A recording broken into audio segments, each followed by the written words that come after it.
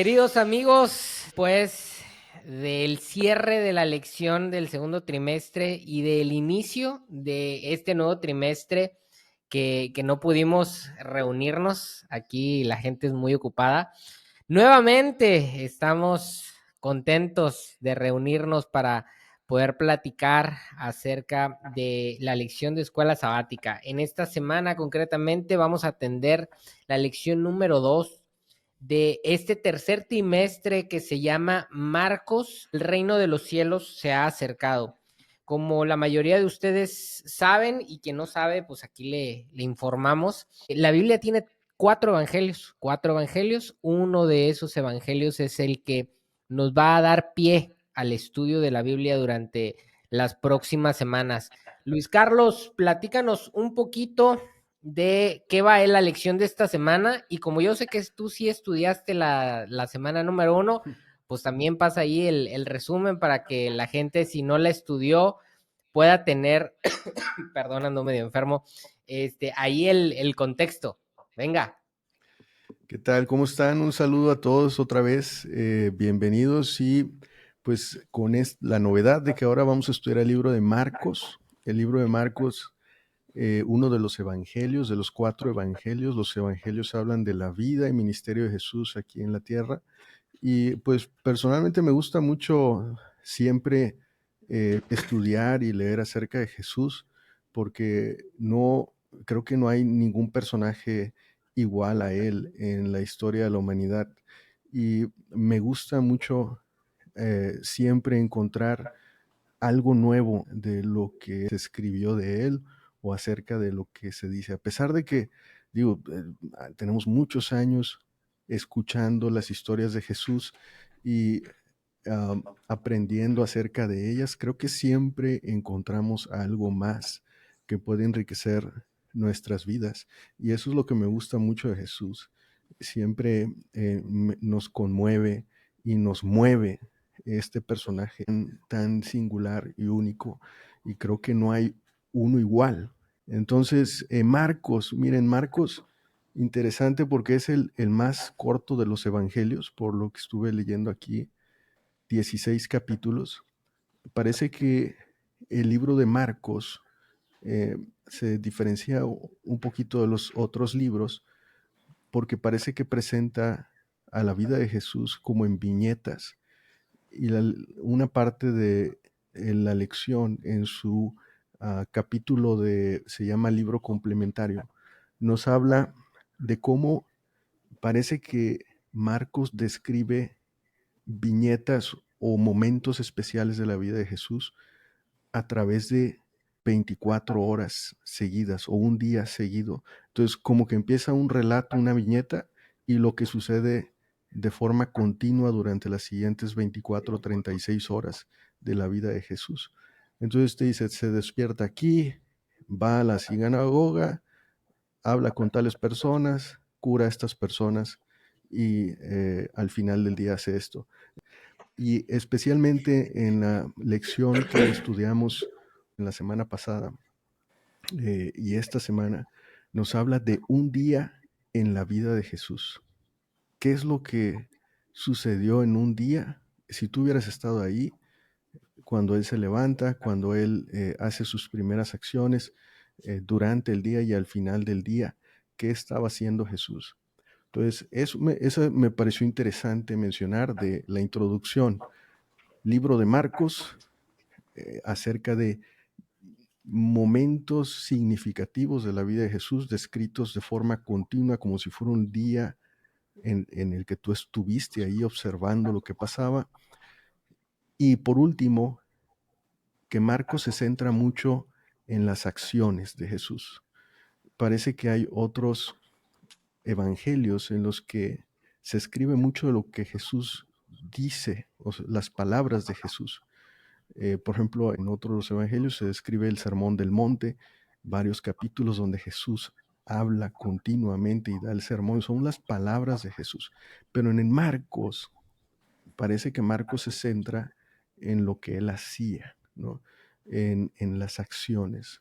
En Marcos 1.1 por ahí dice el Evangelio de Jesucristo, que es prácticamente las acciones de Jesús cuando estuvo aquí. Y entonces por ahí ya tú te vas dando una idea de qué es lo que podemos entender y apreciar de lo que Marcos quiso transmitir en estos capítulos de la vida de Jesús. Ahora nos toca el versículo Marcos 1:17 como el versículo clave de la elección. Y dice, y les dijo, vengan en pos de mí y los haré pescadores de hombres. Una de las frases más célebres de Jesús y que más hemos estudiado. Por último, quisiera empezar la discusión con los compañeros aquí porque hay 2 o 3 cuestionamientos que me llamaron mucho la atención.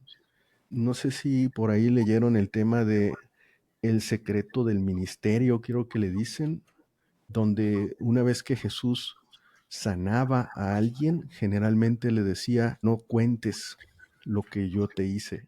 El ¿Cómo le dicen? secreto mesiánico. El secreto mesiánico, ¿no? Jesús sanaba a alguien, hacía un milagro, producía una renovación, le curaba la lepra, sacaba a los demonios, y luego le decía, ¿sabes qué? No lo cuentes, no vayas a decir esto que yo te hice, no lo divulgues. ¿Y qué era lo que la persona hacía? Pues generalmente lo contaban a los demás. Eh, en la vida actual, dice, ¿cómo podemos ser cuidadosos por no hacer cosas que dice, obstaculicen la difusión del Evangelio, independientemente de cuán buenas sean nuestras intenciones? A veces nosotros tenemos muy buenas intenciones, por ejemplo, haciendo este podcast y decimos, pues queremos hablar de Jesús, queremos discutir, queremos compartir y queremos ver qué tanto los demás, pues podemos dejar sembrado en la mente de los demás. Entonces, ¿cómo podríamos hablar aquí, ser cuidadosos de que nuestras intenciones no, no se vuelvan en nuestra contra, ¿no? De que entonces seamos criticados y no cumplan el objetivo que nosotros teníamos inicialmente. Entonces, ¿qué les parece, Jenner, Enoch, Ronald? Primero la lección, Marcos, la vida de Jesús, y por último esta pregunta en la que con tus buenas intenciones a veces no ayudas mucho a dar las buenas nuevas del Evangelio.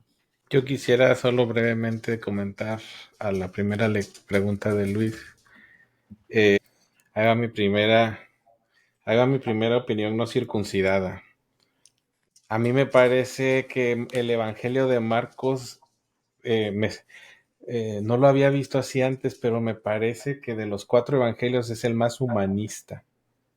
Como que los evangelios nos cuentan la narrativa del Mesías, ¿no? Y el tiempo en que estuvo en esta tierra, pero nos lo cuentan desde ópticas distintas, como apreciaciones diferentes. Y me parece que Marcos es de los 4 el más humanista, el que como que se enfoca en los en los detalles humanos y en los contactos entre Jesús y los demás. Y aún en la lección pasada lo veíamos, ¿no? Cuando cómo inicia el libro de Marcos y cómo inicia yo lo comparé con Juan, ¿no? Que Juan trata de iniciar desde en el principio el verbo era ¿qué? El verbo era Dios y el verbo era con Dios. Empieza de una forma muy distinta. Y Marcos empieza enfocándose directamente. Sí, toca la divinidad de Jesús, pero empieza directamente a que Jesús era un ser humano y que se conectaba con los demás. Y parece que, por lo menos desde mi perspectiva, Marcos tiene esa lupa muy, muy humanista, sin afán de quitarle lo sacro ni nada de eso. Me parece que es una aproximación. Marcos tenía el interés de mostrar a Jesús conectando con sus semejantes en distintas formas. Le interesaba mucho eso, por las razones que sean. Y la otra, capaz para contestar la segunda pregunta que haces, Luis, pues habría que definir qué es el Evangelio, qué entendemos por el Evangelio, porque si no, entonces posiblemente tendemos opiniones que se basan en definiciones del Evangelio que podrían ser distintas y entonces acabamos en distintos lugares. Y capaz ahí la dejaría porque sí me interesaría saber para ustedes, ¿qué es el Evangelio? Veo la enseñanza como dos factores, factores teóricos, factores prácticos. Yo me consideré en la universidad como un estudiante un poquito más de práctica. Lo teórico me revolvía mucho. Y en los evangelios veo a Marcos como alguien muy práctico, como alguien enfocado más a la acción. Como decía Jenner, más enfocado al quehacer de un día. Y de esa manera, para mí, Marcos ha sido uno de los evangelios que me ha ayudado a resumir muchas de las cuestiones teóricas que se me dificultan a veces en las cuestiones de estar leyendo, tratando ahí de, que digo, o sea, tiene también su enseñanza, ¿no? Veo a Marcos en esta descripción de un Jesús en acción, una invitación a la acción de lo que se hace con lo teórico, ¿no? Y para mí, en esta semana, dentro del aspecto de un día cotidiano de Jesús, me genera esa em, práctica diaria que yo puedo tener conmigo mismo desde un aspecto equilibrado, porque describe a un Jesús con muchas actividades, pero que tenía el tiempo perfecto, equilibrado para llevarlos a cabo. Entonces, veo que es un Jesús que tiene un propósito de vida, que nos trata de contagiarnos también para encontrar ese propósito de vida, llevado en acciones cotidianamente, y que hay tiempo realmente para llevarlas a cabo sin llegar a los extremos, sin llegar a veces, como decir, es que ya no tengo tiempo, ya me absorbió mucho tiempo. Entonces veo un Marcos de mucha acción y de una enseñanza práctica. Para mí, en este inicio de esta lección me ha sido muy interesante la descripción de Jesús en el Evangelio de Marcos. Voy a tratar de hacer algunos comentarios que considero relevantes y que tejen sobre lo que ya los tres han comentado, ¿no? Primero quisiera retomar un poquito lo que Luis Carlos nos planteaba, ¿no? Acerca de eh, cómo saber o hasta dónde cuidar lo que decimos, a quién lo decimos, cómo juzgar nuestra interpretación como positiva o no positiva. Es curioso que en lo que estudiamos durante esta semana aparece un Jesús pidiendo o asumiendo cierta responsabilidad y cierta prudencia respecto a ciertas cosas que por mucho que eran verdad, que por mucho que representaban cosas que él estaba haciendo y que eran positivas, podían tener un efecto negativo o podían tener un efecto contrario a las intenciones de Jesús, al grado de decirle a ciertas personas, oye, te acabo de curar, no lo digas, ¿no?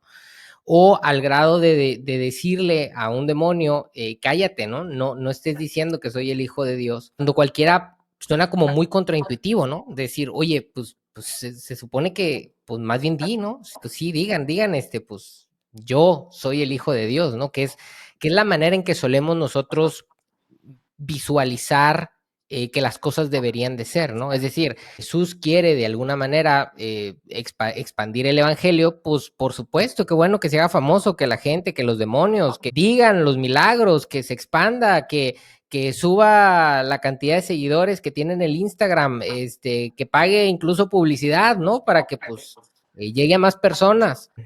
Y Jesús, por otro lado, tiene una idea diferente, ¿no? Hay una prudencia en donde dice, realmente tenemos que ser sumamente cuidadosos, no solo en juzgar lo que decimos como verdadero o falso, sino en saber qué decimos, a quién y cuándo. Hay un texto en la Biblia que a mí se me hace muy, que al principio a mí me chocaba un poco, pero cada vez creo yo conforme voy haciendo viejo y el colmillo empieza a hacerse un poco más largo, le encuentro cada vez más sabiduría, que es este texto en donde dice que debemos de ser en algún momento astutos como serpientes. Es decir, necesitamos en algún momento tener la capacidad de no desbocarnos, sino de entender que cada ser humano es profundamente complejo y que mi manera de ver las cosas, que mi forma de entender las cosas tiene que tener ciertos filtros para llegar a determinadas personas. Yo lo que digo, por ejemplo, aquí en el podcast, lo filtro respecto al entendido del perfil de público que entiendo que escucha aquí. Cuando yo hablo en el podcast que yo tengo de Refabulare, en el propio, yo sé el tipo de personas que escuchan Refabulare y hablo a esas personas.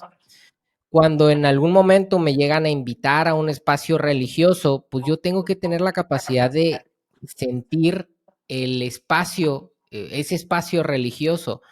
Eh, y hablar lo que ese espacio religioso está necesitando, ¿no? Y en ese sentido quiero conectar con algo que mencionó Jenner, que tiene que ver con el tema de, bueno, y qué entendemos por evangelio, ¿no? Porque con lo que acabo de decir, pues cualquier persona se puede detener, se puede justificar para decir y hacer lo que sea en algún contexto específico, ¿no? Pero acá estamos hablando de que el evangelio, estoy escuchando como mucha repetición, ¿no? ¿Ustedes no? Bueno, continúo. El evangelio tiene como esta característica de en algún momento traer salvación a todos. Entonces, ¿cómo entender o cómo asimilar o cómo encontrar la sabiduría de expandir un evangelio que es para todos, pero en donde a veces tenemos que hablar, a veces tenemos que callar, en algún momento tenemos que decir las cosas de cierta manera y en otro momento tenemos que decirlas de otra? Al grado de que, fíjense, para mí qué bonito, y esto es algo que mencionaba Ronald, ¿no? La misma historia de Jesús. No sé, Ronald, si puedes poner en mudo tu audio, se me hace que ese es el que está rebotando. Aquí me parece que está rebotando. Y ya cuando hables lo vuelves a aprender. Pero bueno, al grado de que lo que Ronald decía a mí se me hace profundamente bello. O sea, la misma historia de Jesús, la misma Biblia, nos plantea 4 versiones. ¿Alguna vez habían puesto a pensar en eso? A ver, ¿por qué 4 versiones? Pues pónganme una, ¿no? ¿Para qué me repiten las cosas? No, porque hay 4 públicos distintos. Ronald, por ejemplo, nos dice, y yo lo conozco y estoy totalmente de acuerdo a lo que lo conozco, que él es una persona sumamente práctica y extraordinaria en su practicidad. Y me hace total sentido que diga, me gusta Marcos, ¿no? A mí la verdad, de los 4 evangelios es el que menos me gusta. Yo soy mucho más intuitivo y abstracto. A mí me encanta Juan, por ejemplo. Oye, pero entonces, ¿cuál es el correcto? No, el evangelio está ahí, sembrado en los 4 evangelios, y yo creo que de alguna manera, y quiero creer en eso, que las buenas intenciones que tiene Enoch, Luis, Jenner y Ronald permiten también que el evangelio, con las equivocaciones que podamos llegar a tener, el Espíritu Santo nos utilice, no solo en lo que decimos aquí en un podcast, sino en algún momento en nuestras vidas diarias, nos utilice para, de alguna manera, sembrar semillas que permiten la expansión del evangelio. Pero Jenner a lo mejor va a insistir. ¿Y cuál es ese evangelio, no? ¿Cómo nos aseguramos que es el bueno o que no lo estamos manchando? 2 cosas. Número 1, y desde el enfoque cristiano. Si aquí estuviera hablando en Refabulario diría otra cosa, pero vamos, desde el enfoque cristiano y de acuerdo a lo que dice Marcos, Cristo es la figura de autoridad para filtrar lo que es el evangelio. No la teología adventista, no la teología católica, Cristo, su vida. No nuestra interpretación, que si los 10 mandamientos o no, que si el sábado sí o no, esas ya son interpretaciones y eso es teología. Cristo, su vida, su ejemplo, su manera de vivir. Ahí está la autoridad. En la lección que estudiamos esta semana, habla justo de eso. Hablaba como quien tiene autoridad. ¿Por qué habla como quien tiene autoridad? Porque presenta desde su vida y de sus acciones lo que es el evangelio. Y desde ese filtro, Mateo, Marcos, Lucas, Juan, Enoch, Luis, Jenner y Ronald, mientras nos agarremos de ese filtro, vamos por buen camino. Y no solo es válido, sino es bueno que tengamos distintas versiones y distintas formas de ver las cosas. Hasta aquí mi primer comentario. Habrá un segundo y con eso cerraré yo. Yo quisiera, si me permiten decir algo, para aprovechar como lo que dijo Enoch. Me di la tarea de ir a la concordancia y ver qué dice cuando se usa la palabra evangelio. Y usé, ay, ya no sé qué usé. Marcos 1, ahorita les digo. Marcos 1:15. Y esa palabra es una palabra griega que se llama, que dice, bueno, no sé griego, pero algo así, euangelion, cuando dice evangelio. Y el significado de esta palabra es un sustantivo, a ver, sí, es un sustantivo, y dice, la definición literal es las buenas nuevas o las buenas noticias, pero el ejemplo de cómo se utiliza las nuevas noticias de la venida del Mesías o el Evangelio, expresadas a veces a través del dador o la divinidad, Dios, a través del sujeto, el Mesías o el Cristo, a través también a veces de transmisores humanos, ¿no? Apóstoles o mensajeros. Y me llamó mucho, también se le puede decir, dice, literalmente se puede traducir como las buenas nuevas de Dios. Me llamó mucho la atención porque, y lo estaba buscando ahorita, capaz ustedes lo traen ubicado, yo ya lo perdí. Hay un versículo en Marcos, en el capítulo 1, donde Jesús dice a un grupo de personas, yo he venido a predicar las buenas nuevas, las nuevas del reino de Dios que ha llegado a ustedes. Ahorita en un rato lo ubico y se me perdió. Pero me llamó mucho la atención y quisiera proponer que esa es la definición de evangelio, en lo general, ¿no? Las buenas nuevas del reino de Dios. Ahora habría que preguntarnos, ok, ¿qué es el reino de Dios? Pero capaz vamos a tener todo un trimestre para precisamente estudiar, oye, para contestar esa pregunta, oye, ¿qué es el reino de Dios y por qué son tan buenas noticias? ¿No? Pero eso es lo que dice la concordancia y eso es lo que dice el original ahí en Marcos 1:15. Me llamó mucho la atención. Ahorita que Enoch estaba hablando, me resonó mucho. Evangelio son las buenas nuevas de Dios. Son las buenas nuevas del reino de Dios que ha llegado a nosotros. Y se comunica a través de Dios el Padre, o a través del Mesías o el Cristo, o a través de sus mensajeros humanos. Ya con eso yo me voy bien, bien, bien recetado. De acuerdo, Jenner. De hecho, yo más que preguntarme el reino de Dios qué es, cuáles son las buenas nuevas primero, ¿no? O sea, buenas noticias, buenas nuevas, qué buenas nuevas, antes de preguntarme qué es el reino de Dios. Yo quisiera también comentar algo acerca de este día de Jesús, el primer día que describe Marcos en el capítulo 1. El primer punto era un sábado y fue a la sinagoga, ¿no? Y se puso a enseñar en la sinagoga. Eso es lo que dice el versículo 21. Y en la sinagoga se le enfrenta una persona, un endemoniado. Quise mencionar esto por lo que hablaba Enoch. Entonces este hombre le dice, ¿por qué te entrometes, Jesús de Nazaret? Has venido a destruirnos. Dice, yo sé quién eres tú. Entonces, esta persona poseída por demonios, digamos que una persona malvada, el mal encarnecido, en su caso podríamos referirnos a esa figura que se opone a Jesús, a Dios, que conocemos como Satanás, le dice, has venido a destruirnos, a Jesús. Y él mismo le dice, yo sé quién eres el santo de Dios. Y entonces ahí está el primer punto donde esta persona endemoniada, Satanás, reconoce quién es, la autoridad que tiene. Y si has venido a destruirnos, reconoce la autoridad de Jesús, reconoce quién es. Y entonces me viene a la mente ese refrán mexicano popular, ¿no? Donde dicen que el diablo sabe más, ¿por qué? De viejo, o como dice el refrán, Que sabe más por viejo que por diablo. que por diablo, exactamente, ¿no? Entonces, él bien sabía, ¿no? Quién era, Entonces, primero la autoridad, cómo reconoce la autoridad. Entonces, después más adelante dice que Jesús sana enfermos, ¿no? Y sale de la sinagoga y luego creo que va con los discípulos, les dice, sígueme. Pero yo quería llegar a la parte donde dice que terminando al atardecer, parece que Jesús había ido a la casa de Pedro, de Simón Pedro, y pues no sé, se habían puesto de acuerdo para comer después de que estuvieron en la sinagoga, pues querían estar un rato ahí conviviendo tal vez.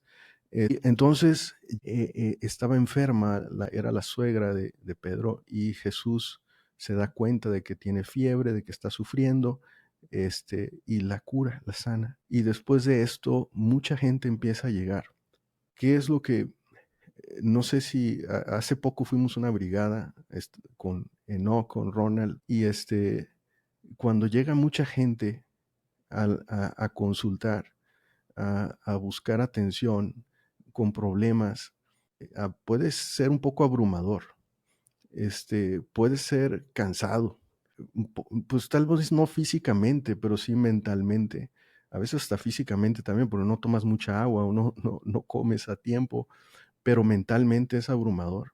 No solamente el hecho de que tienes que ver una gran cantidad de personas, sino el hecho de tener que escuchar los problemas y tratar de hacer algo por ellos, ¿no? O sea, yo siento que es más complicado el tema de los problemas en los cuales tienes que empatizar y tienes que empezar a escuchar y entonces y viene un problema tras otro y se vuelven 15, 20 problemas y tú dices, bueno, si yo ya tengo en mi casa 50 problemas y luego me enfrento a otros 30.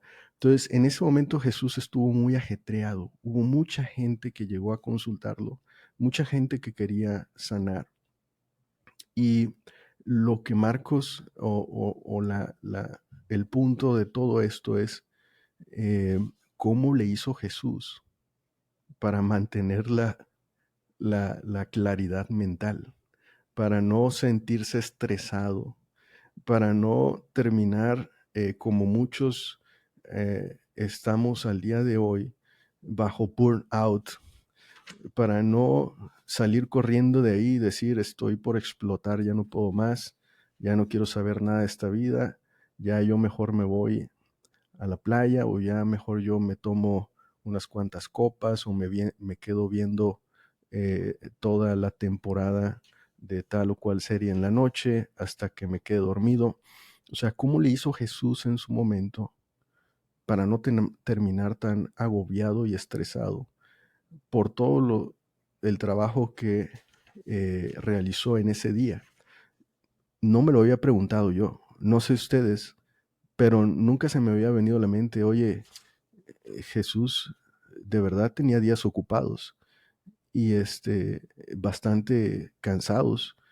Eh, lo que la lección nos dice es que Jesús se tomaba tiempo para él, se tomaba un tiempo aparte y de verdad lo hacía de forma prolongada. Dice que se levantó muy temprano al siguiente día y se fue a orar, alejado, en un lugar tranquilo. Creo que es algo muy práctico para todos nosotros hoy, cuántos nos tomamos tiempo personal, eh, alejarnos de todo lo que nos agobia y orar, meditar, platicar con Dios. Eso se los dejo ahí en la mesa. Y por último, les dijo, ya para terminar, yo no creo que haga una intervención prolongada la siguiente. Yo quisiera decirles a ustedes que después de que sanó a tanta gente, al día siguiente van los discípulos y le dicen, Jesús, te están buscando. Hay más todavía.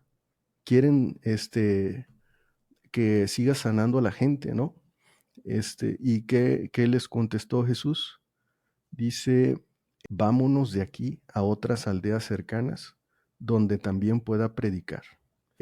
Muy interesante cómo Jesús no se limitó a cierto grupo de personas, no se limitó a un lugar geográfico específico, sino Él quiso abarcar a todas las personas. Y eso me lleva a la última pregunta que dice, ¿quiénes son los leprosos en tu cultura? ¿Quiénes son los leprosos en tu cultura actualmente? ¿Cómo puedes alcanzar y tocar a esas personas? Se las dejo en la mesa. Bueno, pues sí, sí, sí es verdad y sí pone a pensar eso de los días ocupados de Jesús sanando y como bien comenta Luis Carlos, igual en cuestiones de brigadas, bueno, el trabajo mismo, ¿no? A veces he terminado ya tarde, 10:30, 11 de la noche y estoy que no doy ni una. Eh, pero veo en Jesús un ejemplo de equilibrio, ¿no? Buscaba el equilibrio porque pues al día siguiente pues le esperaba otra agenda llena. Pero tuvo a bien decir, bueno, nos vamos de aquí, vámonos a otro lado. Entonces había también un aspecto de multiplicación, un aspecto de enseñanza también de cómo poder expandirse, cómo tener, como decía Luis Carlos, un tiempo para uno mismo. La meditación, la Biblia lo describe, ¿no? Que entraba en oración con su Padre. ¿Cómo podemos implementarlo también eso en nuestras vidas? Y eso nos genera un equilibrio, poder decir también un ratito, a ver, momentito, vamos a tomar un airecito y seguimos, ¿no? Entonces, ese equilibrio que Jesús mostraba en su diario, en su día a día, pues lo manifiesta como el secreto también de su ministerio. Ahí en esa parte del miércoles, habla acerca de la oración que tenía con Dios muy temprano. Una de las cosas que yo veo que este ministerio eh, lo hizo fuera de la institución. Si bien llegó un sábado, acudió, pero su aspecto práctico del ministerio lo hizo fuera de las instituciones. Sí, sí, enmarca que el día sábado también curó personas, pero el, el bienestar de las personas lo buscaba fuera de las instituciones. Entonces, esta es una invitación principalmente de poder salir. No digo que no esté mal la teoría dentro de la organización, pero la practicidad fuera de, creo que Marcos le explica perfectamente que el ministerio de Jesús fue fuera de las instituciones. Entonces, me quedo con eso y con esto pues concluyo esta participación. Quítate el mute, Enoch, no escuchamos. Perdón, ya estamos aquí. Me gusta lo que se está planteando. Me gusta a un Jesús que entiende que aún él, siendo hijo de Dios, en la medida de que es humano, como todos los que estamos aquí hablando y los que están escuchando, no pueden dar sin recibir. Fíjense, a ver, estamos hablando que desde la visión cristiana, Cristo es el Hijo de Dios. Aún él, en su figura como Hijo de Dios, necesita estar en contacto con el Padre, necesita estar en relación con el Padre para luego poder dar. Si él, siendo Hijo de Dios, requiere este equilibrio que bien menciona Ronald, a ver, yo necesito descansar, necesito recibir, necesito estar bien para dar. Cuán equivocados estamos a veces cuando sacrificamos nuestra propia salud, cuando sacrificamos a veces nuestro propio bienestar. Escuchen lo que voy a decir. Cuando sacrificamos a nuestras familias en nombre del evangelio. Yo sé que suena muy romántico, ¿no? Sí, hay que sacrificarlo todo y demás, pero tú no puedes dar, no puedes ser ese instrumento de Dios cuando está roto. A ver, que Dios puede trabajar en todas las personas, sí, pero Él espera que estemos lo mejor posible para poder ofrecer los mejores frutos. Entonces, este tema de sacrifica a tu familia porque la iglesia es más importante, este tema de en algún momento incluso sacrifica tu vida de devoción personal porque es más importante que vayas y des en la iglesia, aguas, aguas. Y esto es importante porque necesitamos reconocer que somos seres humanos, ¿no? Que estamos de alguna manera necesitados de estar en ese contacto con la divinidad para entonces poder ofrecer. Eso por un lado. Por otro lado, yo sé que mencionaron ahí el tema del evangelio y de que lo vamos a estar revisando durante las próximas semanas, seguramente así será, pero quiero lanzar un primer guiño a algo que ya desde esta lección a mí me llama la atención, ¿no? No sé si ustedes en algún momento se han puesto a pensar por qué no Jesús sanó a más personas de las que sanó. Es más, ¿por qué no sanó a todas, no? Como a veces nos ponemos a pensar, oye, ¿por qué Dios no me resuelve esto que traigo aquí atorado, no? Ya que me consiga una buena novia, ¿no? O cada quien tendrá sus propios issues. Yo aquí me encuero, no hay bronca, pero, o Por sea, ¿por favor. qué? Porque esas cosas, porque esas cosas que muchas veces decimos, híjoles, es que esto es lo que yo, ¿por qué Dios no lo hace? Y creo que cuando Jesús hacía estos milagros, yo creo que no faltaba la gente que decía, bueno, ¿y por qué no truena los dedos y órale, no? Sanado todo Israel o todo el planeta, ¿por qué no? A ver, es hijo de Dios. A ver, si tuvo la capacidad de levantar un muerto, ¿por qué no levanta a todos? ¿Por qué no? Si sanó un leproso, ¿por qué no dijo, bueno, todos los leprosos, se acaba la enfermedad de la lepra, no más leprosos en la historia de la humanidad? ¿Lo podía hacer? Sí, sí lo podía hacer. ¿Por qué no lo hizo? ¿Por qué no lo hizo? Y bueno, lo vamos a estar viendo seguramente en próximas semanas, pero ya hay acá un guiño en donde tenemos que ser muy cuidadosos con el uso del Evangelio. El Evangelio tiene que ver con la salvación de nuestras almas, con la salvación del espíritu. Y muchas veces el espíritu de Enoch necesita a lo mejor estar solo, aunque quisiera tener con quien acurrucarse, para poder ver, para poder trabajar, para poder transformar cosas que necesitan ser cambiadas en el carácter de Enoch. Y ahorita estoy hablando de Enoch, ¿no? Pero pues Luis, Gene, Ronald, todas las personas que pueden estar escuchando tendrían que en algún momento tener la capacidad de ver qué es eso que a lo mejor tenemos en la cabeza que decimos, híjoles, es que si Dios me quitara de esta deuda, híjoles, es que si Dios cambiara a mi suegra, híjoles, es que si Dios, lo que sea que ustedes dicen, híjoles, es que si Dios hiciera esto, entonces el Evangelio sería real para mí y darnos cuenta que si bien es cierto que vivimos en un mundo material, este no es nuestro mundo. Es decir, yo sí estoy muy convencido de que hay un mundo espiritual que es en el que el reino de Dios pretende traer las buenas nuevas, ¿no? Las buenas nuevas materiales en la época de Jesús hubiera sido que Jesús llegara a decir, a ver, vamos aquí a correr a los romanos y aquí ahora sí cada quien tiene su tierra y solucionados los temas materiales y no se preocupen si usted es pobre porque aquí yo multiplico los panes y vámonos, se resuelven todos problemas con los que normalmente lidiamos en el día a día, nos lo resuelve. ¿Por qué no lo hace Jesús? Pues tengo yo que de una vez ir adelantando, pues porque Dios está interesado por algo que es más profundo. Todas las cosas materiales están destinadas a terminar. Las parejas están destinadas a terminar. No estoy aquí diciendo el Grinch del amor. A lo que voy es, o sea, todo lo que es material en algún momento desaparece. ¿Qué permanece? Las cosas espirituales. Y con esto no estoy diciendo que también el amor es espiritual y demás, pero en ese espíritu es donde vienen las buenas nuevas de decir, hay posibilidad no solo de salvación, sino también de transformación.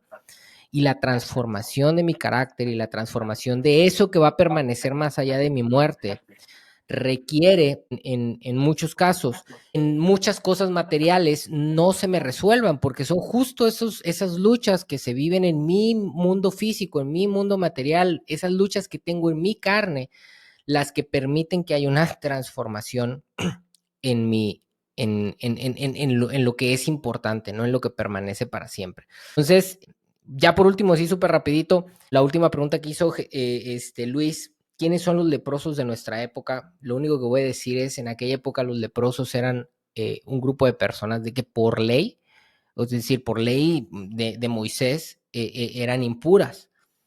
Eran personas que estaban fuera de los parámetros de santidad, que estaban fuera de los parámetros de limpieza, que estaban fuera de los parámetros de tener la dignidad de ser llamados hijos de Dios, de ser llamados miembros del pueblo, de tener el derecho de acercarse a tener la vida religiosa normal. Vemos qué tipo de personas son las que solemos marcar por fuera de la gracia de Dios, y justos esos son los leprosos, ¿no? Y ojalá que como Jesús tengamos esa capacidad de amarlos, de acercarnos, de ver por ellos.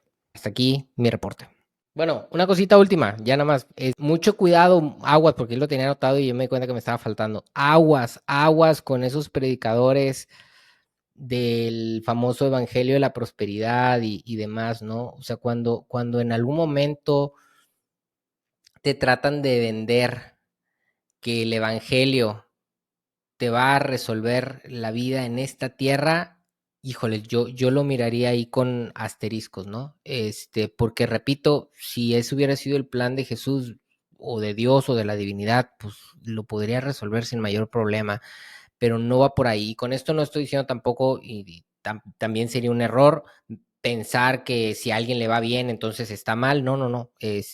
Yo creo que las cosas materiales tienen una lógica material. Si tú trabajas, te va a ir bien. Si no, pues no te va a ir tan bien. Si logras desarrollar ciertas habilidades, pues de esas habilidades te van a traer resultados. Si no las desarrollas, no. O sea, no voy con el hecho de que te tiene que ir mal para entonces decir si ese es un buen cristiano. No, simplemente lo que estoy marcando es que yo, al menos en lo particular, no creo que el evangelio tenga que ver con la resolución de los temas materiales en esta tierra. Y créanme que a veces me pesa reconocerlo, porque a veces sí, a mí, y creo que a varios nos pasa, en algún momento cuando estamos en este tema de hay algo que no nos está saliendo, es como que levantar la cara y decir, Dios, ¿por qué no me ayudas, no? Y a veces tendríamos que pensar y decir, a ver, ¿es en esto en lo que Dios me tiene que ayudar, o que hay en esta situación que puede ayudar o que puede estar utilizando Dios para transformar lo que realmente importa, ¿no? Que es mi carácter? Pues muy buenos apuntes para la primera semana de lección, el estudio de lección de este trimestre de Marcos, la vida de Jesús. Yo creo que podemos ir terminando, ya son 45, vamos a ir tratando de hacer podcasts más concisos, pero déjenme dejarlos un último texto, hablando también de la última parte de Enoc, del libro del evangelio que dice Enoc que es el que le gusta, Juan, o con el cual se identifica más. Dice Juan 5:39, dice, ustedes escudriñan las escrituras porque piensan que en ellas tienen la vida eterna, pero ellas testifican de mí, pero yo los conozco, que no tienen el amor de Dios en ustedes. Entonces dice que Jesús, el maestro, el gran ejemplo, dice, pasa de una conformidad superficial con la mera letra de la ley a una demostración viviente y real de la verdad bíblica, ¿no? Entonces, ese es Jesús, ese es lo que vamos a estar estudiando esta semana. Y nomás para que se piquen, la siguiente semana se titula Controversias. Ahí nomás, para el que quiera incendiar el escenario, ya los conocemos a estos elementos. Entonces nos vemos la próxima semana y que tengan un buen fin de semana, un excelente sábado y disfruten con sus familias. Hasta luego.